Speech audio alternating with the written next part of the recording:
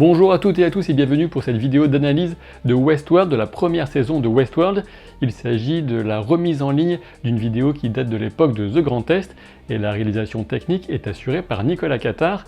Et vous aurez droit à cette introduction au début de chacune de ces prochaines vidéos qui seront remises en ligne pour répondre aux demandes de certains d'entre vous. Donc je vous souhaite un bon visionnage et à très vite. Salut!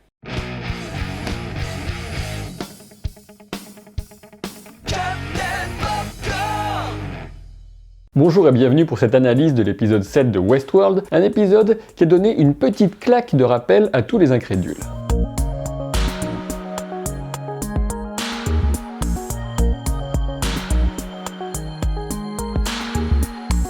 L'épisode s'ouvre en apparence sur un rêve de Bernard, mais on peut se poser la question, s'agit-il d'un rêve programmé ou d'un véritable souvenir d'Arnold? J'ai plutôt tendance à pencher pour la deuxième solution. En effet, comme vous le savez sans doute déjà, je suis convaincu que Bernard est un hôte qui a été conçu pour ressembler en tout point à Arnold. Je pense que Ford a cherché à répliquer le plus fidèlement possible son ancien collègue, sans doute grâce à un échantillon d'ADN, et de ce point de vue, Bernard tiendrait davantage du clone que de l'androïde, même s'il a bien sûr, a priori, un corps synthétique. La seule chose qui fait encore défaut à Bernard, c'est la conscience et surtout le libre arbitre. Revenons à l'épisode qui utilise à nouveau un passage d'Alice au Pays des Merveilles. Et Alice au Pays des Merveilles renvoie bien sûr aux scènes d'entretien secret entre Arnold et Dolores. La lecture du passage concernant le monde que veut ce chapelier fou, un monde où tout est inversé, est un subtil indice pour le spectateur attentif, car celui qu'on voit à l'écran à ce moment-là n'est pas Bernard, mais bien Arnold.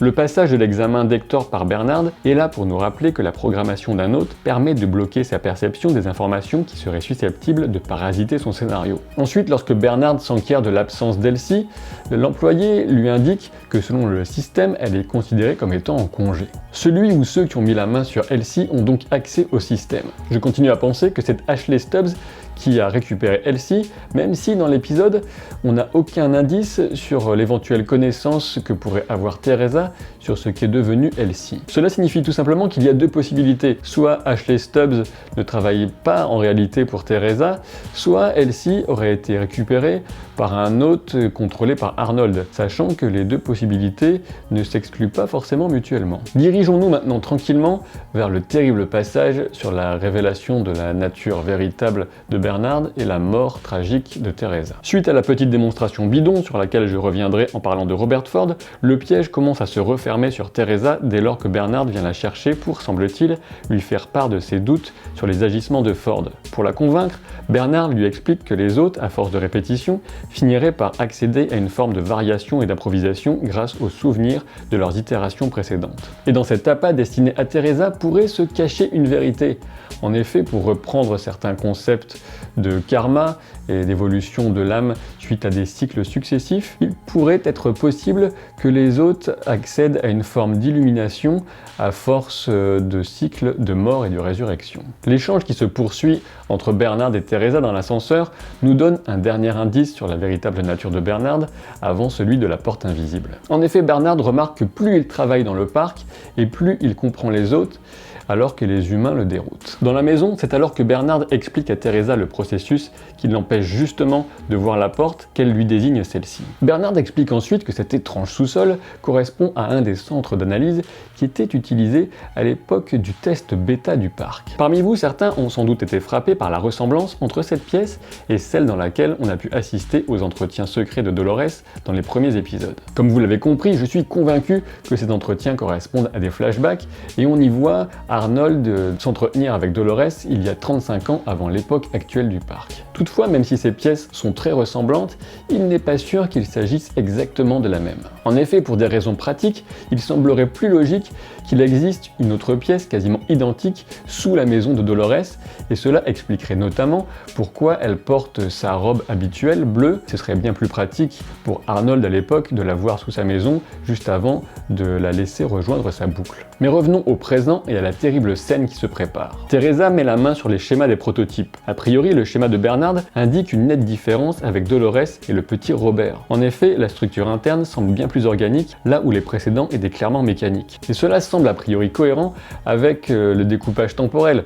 En effet, Arnold aurait créé Ford Jr. et Dolores, ou plutôt d'abord Dolores et Ford Jr., et ensuite, plus tard, c'est Ford, une fois que la technologie serait passée du mécanique au biologique, qui aurait créé Bernard. Et oui, après tout, même si Ford a déjà exprimé sa préférence pour les autres en version mécanique, il ne pouvait pas se permettre de prendre le risque qu'une personne se rende compte de la véritable nature de Bernard par accident. Lorsque Teresa interroge Ford sur la mort d'Arnold, la réponse que celui-ci fait en forme de question à Bernard en lui demandant s'il était déjà là à l'époque correspond selon moi à un ultime pied de nez. Ford sait parfaitement que Bernard a été créé sur le modèle d'Arnold et il ne fait que subtilement exprimer sa complète domination des deux individus présents avec lui dans la pièce. Quoi qu'il en soit, sa totale obéissance à Ford confère à Bernard un aspect inhumain qu'il exprime lorsqu'il retire consciencieusement ses vêtements avant le meurtre. Suite à leur absence complète dans l'épisode 5, on retrouve enfin William et Dolores qui accompagnent Lawrence dans un petit train qui les emmène vers les coins les plus reculés du parc. Comme vous le savez déjà, je suis convaincu que l'histoire de Westworld se déroule sur 3 époques.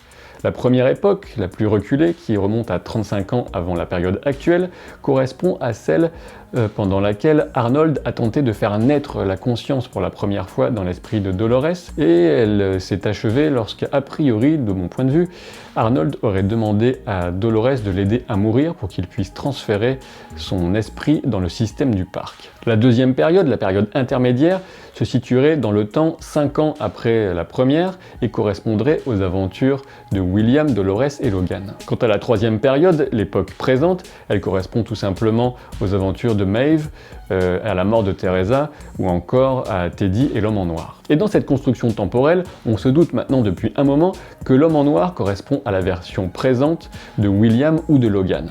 Comme j'ai pu l'expliquer dans la vidéo consacrée à l'épisode 6, je préférais la version selon laquelle Logan était devenu l'homme en noir. En effet, cette version me paraissait certes moins probable, mais plus intéressante et correspondant plus à mes aspirations pour l'évolution du personnage de William. Mais avec cet épisode 7, il n'y a maintenant presque plus aucun doute.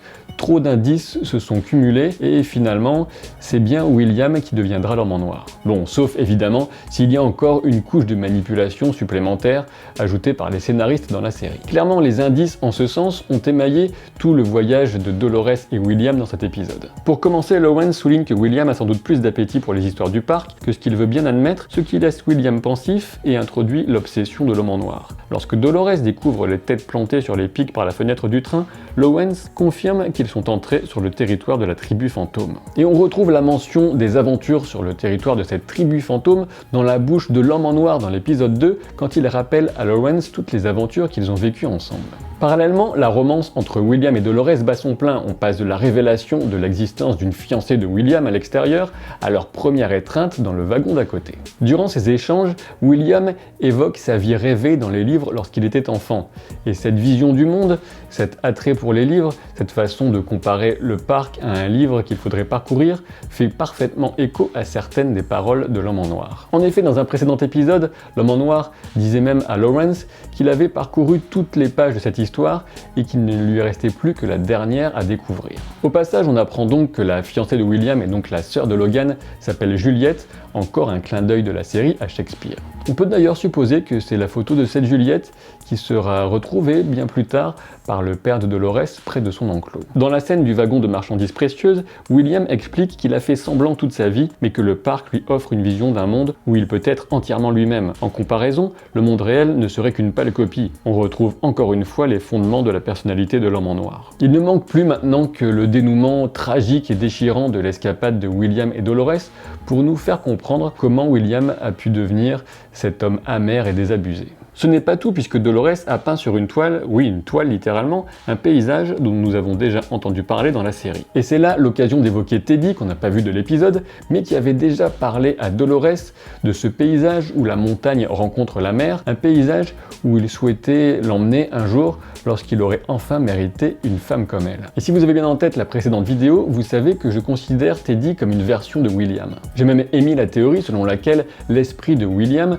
aurait pu être enfermé dans le corps de Teddy. Toutefois, maintenant que les preuves de l'identité de William comme version passée dans l'Homme en Noir se multiplient, il faut voir les choses sous un angle nouveau. Et je vais d'ailleurs m'inspirer d'une idée que Alberto avait exprimée dans les commentaires sous l'une des vidéos. On peut imaginer qu'une version de la personnalité de William aurait été utilisée pour donner vie à Teddy, alors que William lui-même aurait survécu pour devenir l'Homme en Noir. Dans ce cas de figure, le voyage de Teddy et de l'Homme en Noir serait en fait une forme de voyage initiatique de William qui devrait faire cohabiter les deux facettes de sa personnalité pour avancer. Et il ne s'agirait pas là d'un découpage simpliste entre le bien et le mal, mais plutôt d'une variation sur le thème du yin et du yang. En effet, d'une certaine façon, Teddy et l'Homme en Noir sont complémentaires et on retrouve un peu de l'un dans l'autre. Et oui, il y a une part de lumière chez l'Homme en Noir. Tout d'abord, on n'a aucune certitude qu'il ait violé Dolores dans la grange, et puis quand il dit à Lawrence dans la diligence qu'il est là pour libérer les autres, c'est peut-être aussi une preuve que son objectif n'est pas aussi sombre. Quant à Teddy, il a une part d'obscurité, il est clairement un tueur. Revenons à Dolores et William. Ce dernier indique que Dolores a débloqué quelque chose en lui, ce à quoi Dolores répond qu'elle n'est pas une clé. Et pourtant, quelle ironie, c'est justement ce que semble être Dolores depuis le début de l'histoire, une clé. La clé de la compréhension de l'intrigue, la clé de l'accès au labyrinthe et la clé pour retrouver Arnold. Ce qui suit, la scène d'attaque par les confédérés, la ruse du cadavre rempli de nitroglycérine sur le cheval, la poursuite à cheval et l'intervention inattendue des Indiens de la tribu fantôme est très plaisant à regarder. En termes de signification et d'indices, on peut simplement souligner que William se révèle de plus en plus doué pour la violence, encore une façon de nous faire comprendre que sa version d'Homme en Noir ne demande qu'à se révéler. Dolores, William et Lawrence finissent par atteindre le lieu peint par Dolores. Et c'est donc vers les mystérieuses terres vierges que le voyage des deux amoureux va se poursuivre, sans doute pour aboutir, au final, vers l'endroit où on trouvera l'église blanche qui hante les souvenirs et la mémoire de Dolores.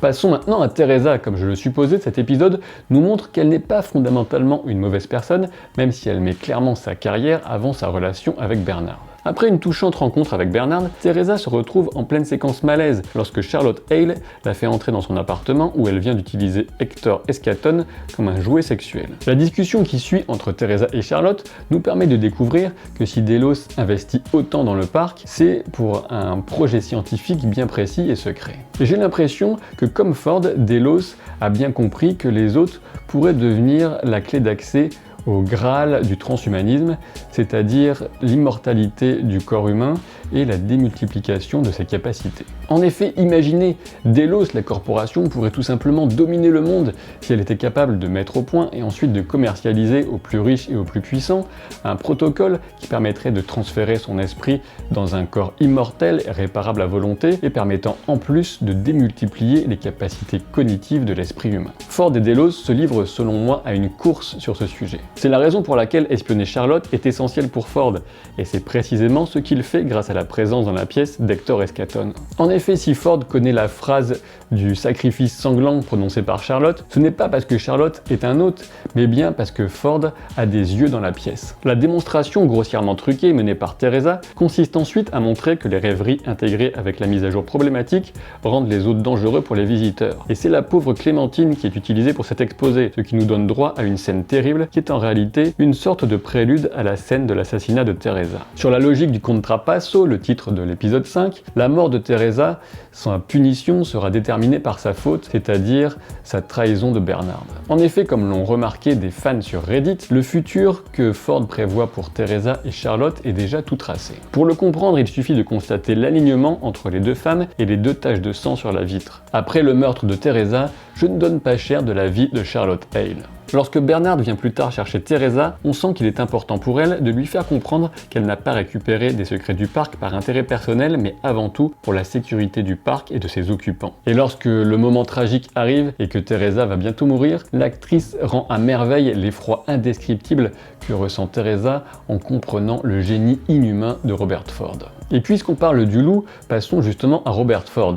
Lorsqu'il arrive pour la petite démonstration organisée par Teresa et Charlotte, sa première phrase est déjà une pique destinée à la représentante de Delos. En effet, alors que Charlotte admire son visage dans la vitre, Ford lui fait remarquer qu'il ne pensait pas qu'une personne aussi intelligente avait encore besoin d'autant de réflexion. Sous-entendu, à la place de réflexion, il faut entendre son reflet dans le miroir. Toutefois, l'élément le plus intense et le plus effrayant de la scène se situe tout simplement dans le regard de Robert Ford, un regard qui ne laisse présager aucune pitié. Charlotte et Teresa nous font comprendre dans cet épisode que Robert Ford s'est assuré une complète maîtrise des données relatives au parc et aux hôtes. Pour rejoindre ce que j'ai évoqué en parlant plus tôt de Charlotte, je pense que Delos tient particulièrement à toutes ces données pour faire avancer ses recherches sur l'immortalité. Quant à Ford, je pense que l'immortalité ne lui suffit pas et qu'il la voit plus comme un outil pour atteindre l'étape ultime de l'évolution humaine, mais une étape qu'il se réserve à lui et à lui seul. En résumé, je pense que Ford chercherait à devenir le premier et le seul méta-humain. Toutefois, lorsque Teresa critique Ford pour son complexe divin, celui-ci répond que c'est Delos qui joue aux dieux avec leur projet secret. On pourrait alors imaginer que Delos aurait comme projet le remplacement de certains des visiteurs particulièrement riches et puissants du parc par leur double androïde. Il est facile de comprendre comment la corporation pourrait alors énormément étendre son influence par leur intermédiaire. Quoi qu'il en soit, Robert Ford se dessine peu à peu comme le docteur Frankenstein ultime et même dans une version encore plus sinistre de ce personnage célèbre. A l'opposé, je continue d'avoir l'impression qu'Arnold n'avait comme seule ambition initiale que de sauver son fils, de le faire revenir d'entre les morts. Après avoir pris conscience du danger mégalomaniaque que représente Ford, Arnold chercherait donc à détruire le parc pour empêcher Ford d'arriver à ses fins. Évidemment, tout cela reste au niveau de la conjecture. Il est très possible que des couches de complexité supplémentaires viennent encore nuancer ces personnages énigmatiques. Le discours que tient Robert Ford à Teresa dans la scène finale permet à nouveau d'identifier le créateur du parc à la figure du Dieu de l'Ancien Testament. En effet, il souligne que les hôtes, dénués du fardeau de la conscience, ont une vie plus pure et même plus libre que celle des êtres humains. Par opposition, cela vient encore souligner le rôle prométhéen ou luciférien, si on se place dans un contexte gnostique, d'Arnold. En effet, Arnold est celui qui voudrait apporter la conscience de soi aux autres, alors que Ford les considère très bien dans leur petite boucle et sous son pouvoir. Si on peut voir dans la relation de Ford aux autres une forme de paternalisme, voire un début d'affection un peu malsaine, son dédain pour l'espèce humaine ne pourrait être plus clair que lorsqu'il utilise la métaphore du pan. Et ce que raconte alors Ford sur les plumes de Pan correspond à de véritables théories qui disent que l'intelligence humaine se serait développée pour faciliter la reproduction en séduisant le sexe opposé. Quoi qu'il en soit, suite à la mort de Teresa, les théories se sont vite répandues sur l'éventualité de son remplacement par un double d'elle-même androïde contrôlé par Ford. Néanmoins, il semble que la série ne prendra pas cette direction.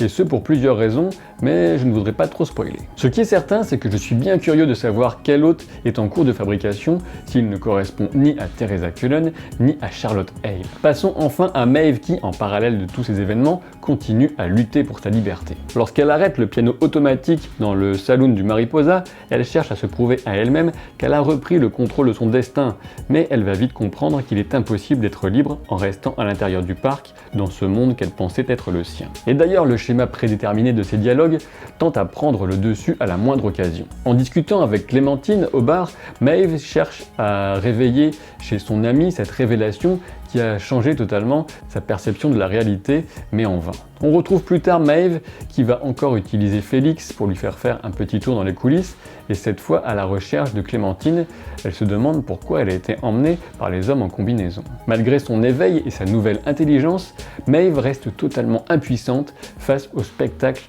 de la lobotomisation de celle qu'elle considère comme son amie et sa protégée. Et cet événement tragique va bien sûr décider Maeve à prendre des mesures plus drastiques. Elle a compris qu'il fallait définitivement quitter le parc pour espérer atteindre la liberté. Malgré les mises en garde de Sylvestre, Maeve est prête à tout risquer, quitte à en mourir pour de bon. Il faut dire que pour ce qui est de la mort, elle a un bon entraînement. Et voilà, j'espère que ça vous aura plu. Pour ce qui est de la mise en ligne des vidéos d'analyse des prochains épisodes de cette première saison, j'essaierai de garder un rythme assez soutenu, mais sans inonder ceux qui n'ont pas forcément envie de voir ces vidéos remises en ligne. Donc je vous dis à très bientôt, et puis si vous cherchez les t-shirts, vous les trouvez en description des vidéos. Salut!